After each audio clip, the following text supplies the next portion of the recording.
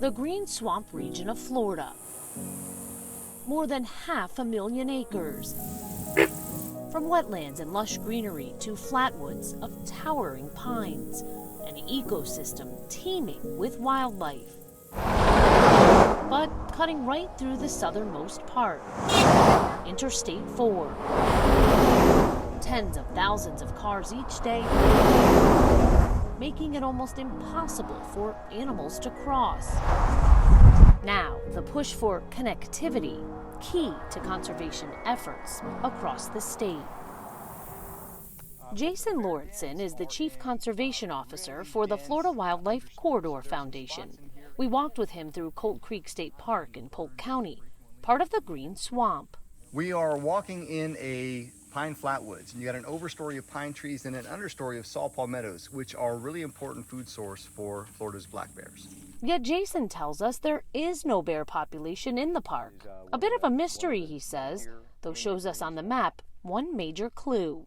I-4 comes right up through the center of the state, separating the southern part of the state from the northern part.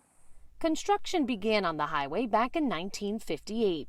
At the time, Jason says landscape ecology wasn't really practiced yet, meaning the migratory patterns of animals not considered, at least not at the level they are today. Take, for example, the Florida black bear, shown here in video from the FSTOP Foundation, a nonprofit that monitors wildlife activity. These bears leave their habitats as juveniles, striking out on their own in search of new territory. Jason tells us one such bear, collared by researchers in 2009, traveled more than 500 miles before it arrived at I-4. It appears as though he would have continued north if he could. He spent 4 days bouncing around against the edge of I-4 before finally giving up and heading back south. Other animals, a worse fate. FWC data shows thousands of bears killed on Florida roads since the late 1970s. And then there's the endangered Florida panther. FWC reports at most only about 230 in the wild today. Last year alone, 21 were killed in vehicle crashes. And over time, those species will blink out. And the things that we were able to see and enjoy in our backyards and in our state parks nearby won't be there for our children and our grandchildren. But just down the highway, a plan in action.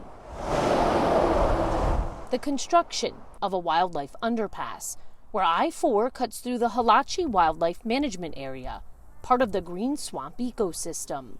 Brent Setchell, a design engineer with FDOT, met us out at the site. So this is the crossing here. It's 61 feet wide.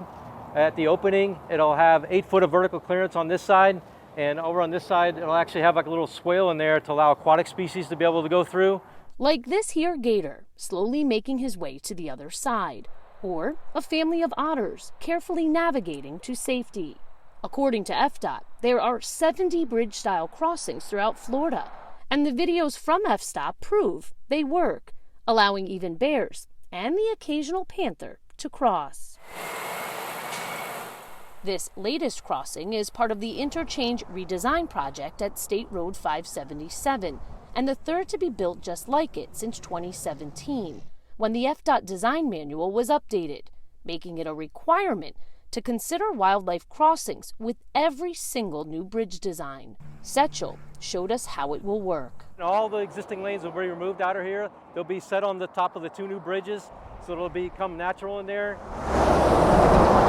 It'll have the fencing on both sides to keep the wildlife within the corridor and off the roadway. This aerial footage gives a clearer view of that design. The cars and trucks speeding by will be redirected over the bridges on either side, and the animals will pass underneath, connecting the now divided conservation lands for the first time in more than 50 years.